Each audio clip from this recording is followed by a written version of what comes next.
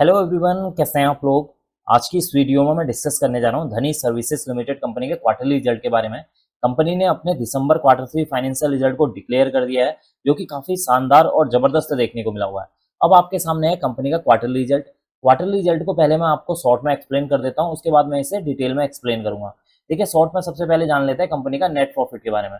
देखिए, इस क्वार्टर में कंपनी का जो नेट प्रॉफिट है 105.83% बढ़ा हुआ है, जो कि इसके लिए क्या है, एक पॉजिटिव पॉइंट है।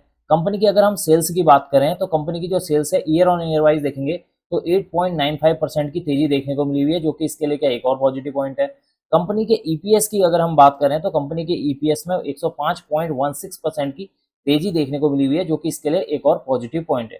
तो कुल मिलाकर देखा जाए कंपनी का जो रिजल्ट है काफी शानदार और जबरदस्त देखने को मिला हुआ है। इस रिजल्ट में मुझे एक हल्की सा निगेटिव पॉइंट नजर आया है, जिसे मैं आगे डिस्कस करूंगा। अब मैं आपको इस क्वार्टरली रिजल्ट को डिस्कस कर लेता हूँ डिटेल में।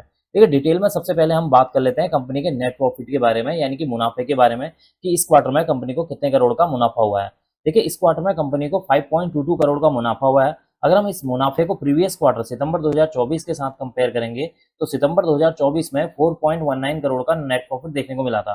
अगर हम अभी के क्वार्टर के नेट प्रॉफिट को प्रीवियस ईयर दिसंबर 2023 के साथ कंपेयर करेंगे तो प्रीवियस ईयर दिसंबर 2023 में 89.46 करोड़ का नुकसान हुआ था। इसका मतलब कि अगर आप नेट प्रॉफिट को year on year wise compare करते हैं तो इसमें अराउंड 105.83% की तेजी देखने को मिल रही है, जो कि इसके लिए एक पॉजिटिव पॉइंट है। अब हम बात कर लेते हैं कंपनी की सेल्स के बारे में।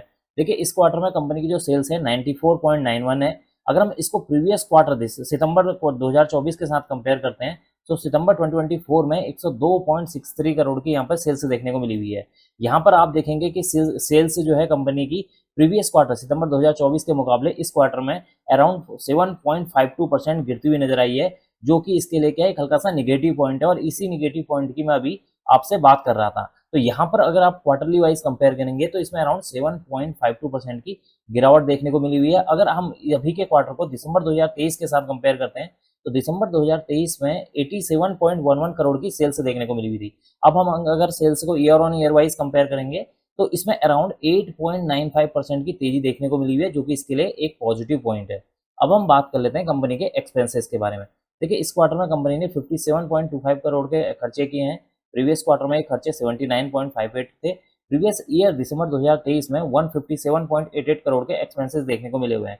इसका मतलब है कि यहाँ पर अगर आप एक्सपेंसेस को देखेंगे तो यहाँ पर एक अच्छे खासा जो एक्सपेंसेस है यहाँ पर गिरते हुए नजर आया है, जो कि इसके लिए क्या एक पॉजिटिव पॉइंट है। एक तरफ कंपनी की जो सेल्स है वो ईयर ऑन ईयर वाइज बढ़ती हुई नजर आई है, दूसरी तरफ कंपनी के जो एक्सपेंसेस हैं वो यहाँ per year on year wise गिरते हुए नजर आए हैं, जो कि इसके लिए क्या है एक काफी पॉजिटिव पॉइंट है। अब हम बात कर लेते हैं ऑपरेटिंग प्रॉफिट के बारे में। देखिए, जिन लोगों को नहीं पता है कि ऑपरेटिंग प्रॉफिट कैलकुलेट कैसे करते हैं, उन्हें मैं बता देता हूँ। कंपनी की जो सेल्स होती है उसमें से माइनस कर देते हैं एक्सपेंसेस को, तो निकल कर आ जाता है ऑपरेटिंग प्रॉफिट। इस क्वार्टर में ऑपरेटिंग प्रॉफिट 37.66 करोड़ देखने को मिला हुआ है।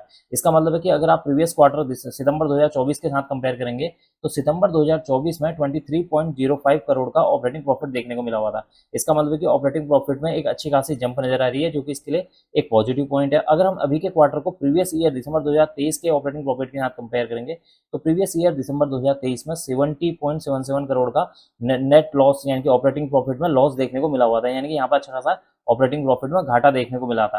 और जबकि इस क्वार्टर में कंपनी को 37.66 करोड़ का ऑपरेटिंग प्रॉफिट देखने को मिला हुआ है, जो कि इसके लिए क्या एक पॉजिटिव पॉइंट है। अब हम एक important point operating profit margin percentage के बारे में बात कर लेते हैं। देखिए, इस क्वार्टर में जो ऑपरेटिंग प्रॉफिट मार्जिन परसेंटेज है वो 39.68% देखने को मिला हुआ है। प्रीवियस क्वार्टर में देखेंगे तो 22.46% था। प्रीवियस ईयर दिसंबर 2023 में नेगेटिव में यहाँ 81.24% का देखने को मिला हुआ है ऑपरेटिंग प्रॉफिट। इसका मतलब है कि अगर आप ऑपरेटिंग प्रॉफिट को year on year wise compare करते हैं या प्रीवियस क्वार्टर सितंबर 2024 के साथ कंपेयर करते हैं तो इसमें एक अच्छी खासी जंप नजर आ रही है, जो कि इसके लिए एक और पॉजिटिव पॉइंट है। अब हम बात कर लेते हैं एंड में ईपीएस के बारे में। देखिए, ईपीएस का मतलब होता है अर्निंग पर शेयर। एक शेयर में होने वाली जो अर्निंग होती है उसी को ईपीएस बोला जाता है। इस क्वार्टर में जो ईपीएस देखने को मिला हुआ है 0.08 पैसे देखने को मिला। प्रीवियस क्वार्टर में देखेंगे तो 0.26 था।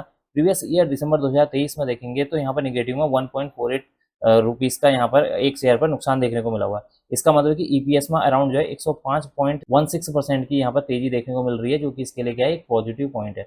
तो कुल मिलाकर देखा जाए कंपनी का जो रिजल्ट है काफी शानदार और जबरदस्त देखने को मिला हुआ है। कंपनी के यहाँ पर सेल्स को अगर हम year on year wise compare करते हैं तो वो बढ़ती हुई नजर आई है। कंपनी के ऑपरेटिंग प्रॉफिट की बात करेंगे तो ईयर ऑन ईयर वाइज करें या क्वार्टर ऑन क्वार्टर वाइज करें, यहाँ पर बढ़ता हुआ नजर आया है। कंपनी का जो नेट प्रॉफिट है वो यहाँ per year on year wise करें या प्रीवियस क्वार्टर के साथ कंपेयर करते हैं तो वो बढ़ता हुआ नजर आ रहा है।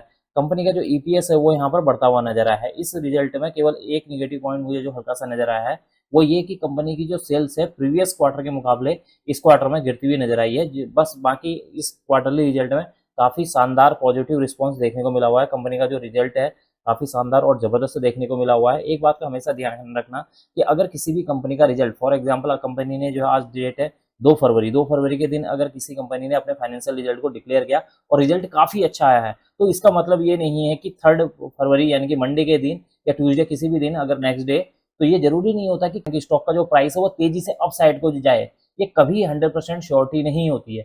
ये बड़े प्लेयरों का गेम होता है। बड़े प्लेयर जिस तरीके से उस स्टॉक को घुमाना चाहेंगे उस तरीके से घूमेगा। तो ये कभी भी ये मत सोचना, अगर मैंने किसी भी कंपनी के फाइनेंशियल रिजल्ट में ये बोलता हूँ कि कंपनी का रिजल्ट काफी शानदार और जबरदस्त देखने को मिला हुआ है, तो इसका मतलब 100% ये नहीं है कि नेक्स्ट डे उस स्टॉक का प्राइस अप साइड में ही जाएगा। हो सकता है वो जो है डाउन साइड में चले जाए, हो सकता है एक रेंज में ही ट्रेड करते रहे। तो ट्रेड करते वक्त सावधानी रखना, इस बात का हमेशा ध्यान रखना कि फाइनेंशियल रिजल्ट, किसी भी कंपनी का जो फाइनेंशियल रिजल्ट होता है, कई बार अगर किसी कंपनी का फाइनेंशियल रिजल्ट अच्छा आ गया तो नेक्स्ट डे हो सकता है उसके अंदर अच्छी खासी 5% की जंप देखने को मिल जाए, 10% की जंप देखने को मिल जाए। और कई बार क्या होता है कि फाइनेंशियल रिजल्ट अगर खराब भी आया है तो उतनी गिरावट नहीं होती, क्योंकि उसमें भी कई सारे कंडीशन होंगे। फॉर एग्जाम्पल कोई स्टॉक है जिसमें जो है कोई कंपनी का फाइनेंशियल रिजल्ट जो है निगेटिव में आ गया और वो स्टॉक ऑलरेडी जो है 50% गिर चुका है, तो हो सकता है कि अगर कंपनी का रिजल्ट खराब आया है तो उसके बाद हो सकता है वो 2% ही गिरे, 10% ना गिरे या 5% ना गिरे। तो कई सारी चीजें होती हैं। जब कोई कंपनी अपना फाइनेंशियल रिजल्ट को डिक्लेयर करती है तो उसी के बिहाफ पर ट्रेड करना एक रिस्की काम है। तो सावधानी बरतें किसी भी तरह की ट्रेड लेने से पहले। और एंड में मैं एक बात और बोलना चाहूंगा कि इस वीडियो को बनाने का मेरा मेन पर्पज ये है कि एक यूजर है अभिषेक उपाध्याय, जिन्होंने रिक्वेस्ट की थी कि मैं इसके फाइनेंशियल जो रिजल्ट है Q3 का, तो उसके बारे में वीडियो बनाऊं, इसलिए मैंने इसकी वीडियो बनाई है। अब मैं इस वीडियो को यहीं पर एंड करूंगा। उम्मीद करता हूं कि आपको यह वीडियो पसंद आई होगी। अगर आपको यह वीडियो पसंद आई तो please like, share and subscribe करना ना भूलें। Thank you.